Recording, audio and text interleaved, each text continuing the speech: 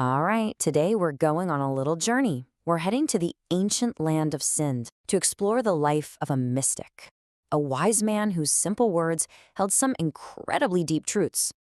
Let's dive into the world and the wisdom of Wadio Fakir. For centuries, the land of Sind has been this cradle for saints, mystics, and really profound thinkers, people they called fakirs and awliya.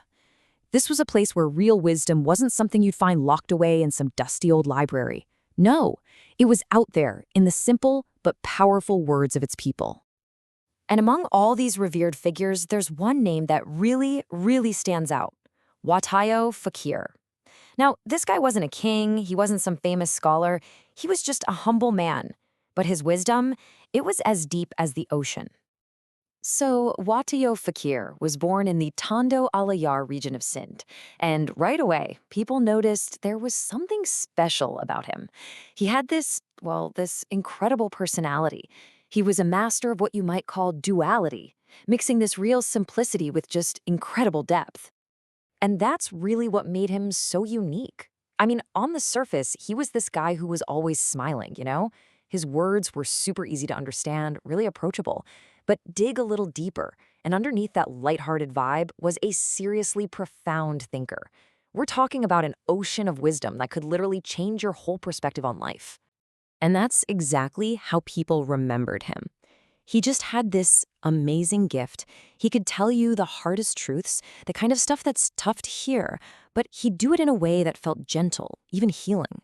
His whole thing was that wisdom doesn't have to be harsh, right? It can be shared with warmth and a smile. Okay, so get this. One of his coolest tricks was hiding these deep philosophical lessons inside his humor. He'd get people laughing, and right there, in the middle of all that laughter, boom, they'd have this aha moment, discovering some powerful truth about themselves or the world around them. Pretty clever, huh? But what was it all leading to? I mean, what was his deepest message, the big one, the core philosophy that he built his entire life and teachings around? Well, let's just say it's a message so powerful, so lasting, that it's literally carved in stone. Yeah, that's right. His most famous teaching, this really deep reflection on life and death, is actually inscribed on his tomb. It's right there for everyone to see, even to this day. So here are his words. Just listen to them for a second. They carry the weight of a life lived with some serious, deep understanding. What's he saying here? It's a reminder, right? For every single person who visits, for you, for me, he's pointing to a simple, unavoidable truth. Life is temporary. It's fleeting. We are all on the exact same journey, walking that same path from life to death. So that really makes you think, doesn't it? If our time here is so short, what's the point? What truly matters? For Watayo Fakir, the answer was crystal clear. In this mortal world, the only thing that actually lasts, the only true source of pride and meaning, is love. And you know what? His message is just as powerful today. I mean, thousands of people still make the pilgrimage to his shrine in Tondo Alayar. They come looking for blessings, for a bit of peace, or just to feel a connection to that timeless wisdom he left behind. They say the feeling at his shrine is just electric, really powerful. You'll see people show up with the weight of the world on their shoulders. Some of them are crying, just letting go of all that pain. And then you'll see others, and they're laughing, feeling this sudden wave of joy. But here's the thing they all have in common.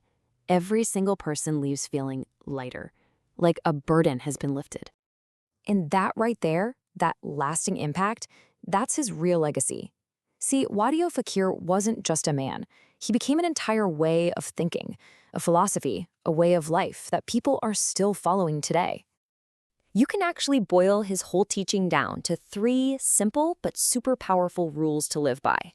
Number 1, speak the truth, no exceptions. Number 2, live that truth authentically. Don't just talk the talk. And number 3, and this might be the most important one, keep your heart clean, free of malice and all that negative stuff.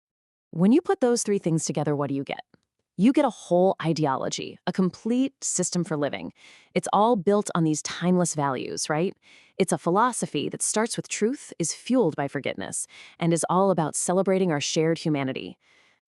And this all leads us to his ultimate point, which totally redefines what it means to be a fakir or a mystic. See, a lot of people think it's about being poor, about giving up everything you own. But Watayo Fakir said, no, that's not it. True fakiri, true mysticism, is about building your inner wealth. It's all about the richness of the heart. So let's end with this thought. In a world that's so often focused on what we have, our stuff, our possessions, Wadio Fakir flips the script. He asks us to think about who we are. So the question for you is this. What would happen if we started focusing on the richness of our hearts, on truth, on love, on forgiveness? How might that change, well, everything?